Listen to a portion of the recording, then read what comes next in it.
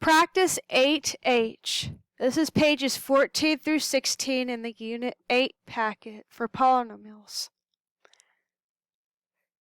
1 through 8. For each of the following cubic functions, describe the transformation and sketch the transformation. The parent function should already be sketched for you. Let's do number 1. Y equals x minus 5 cubed plus 7. Let's recall from a previous page the notes on transformations. So on page 7 we have our transformation rules for functions. So if we look at this, we have x minus 5, so we have a minus on the inside, it goes right. And then we have a plus on the outside, it goes up. So on our paper we're going to write right 5, up 7.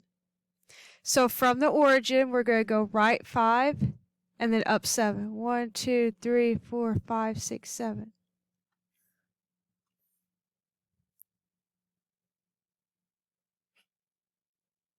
And then draw a curve that looks similar to the original.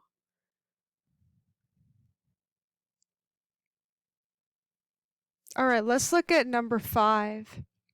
We have y equals 9 times x minus 5 cubed plus 2. So look at this one, we have a 9 on the outside, so that's like this one right here.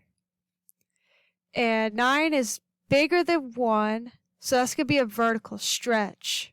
It's a vertical stretch by a factor of 9.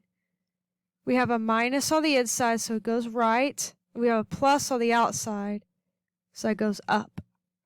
So on our paper we could put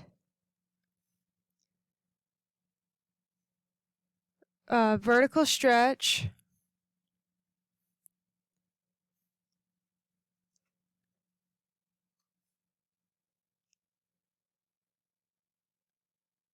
by 9, right 5, and then up 2. So from the origin we're going to go right 5, up 2, and it's a vertical stretch, so it looks a lot more narrower. And let's do one more, number 7. Y equals negative 3/7 x to the third power plus 5. So with this one we have a negative on the outside, so it's like this one, reflect over x-axis. We have 3/7 on the outside, it's smaller than 1, so it's a vertical compression. And then we have a plus 5 on the outside, so it goes up.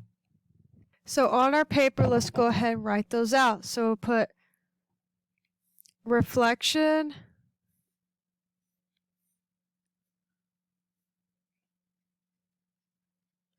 across x-axis,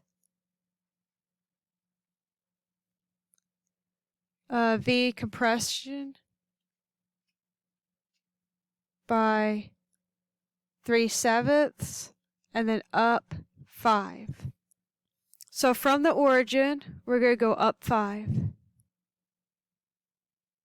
It was a compression, so it's going to look wider, and it's going to be going on the opposite sides.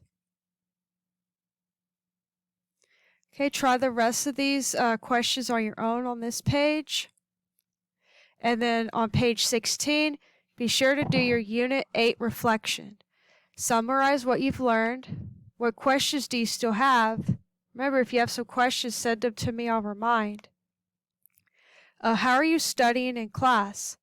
How do you study outside of class? What are some new study techniques that you haven't tried that you may want to try?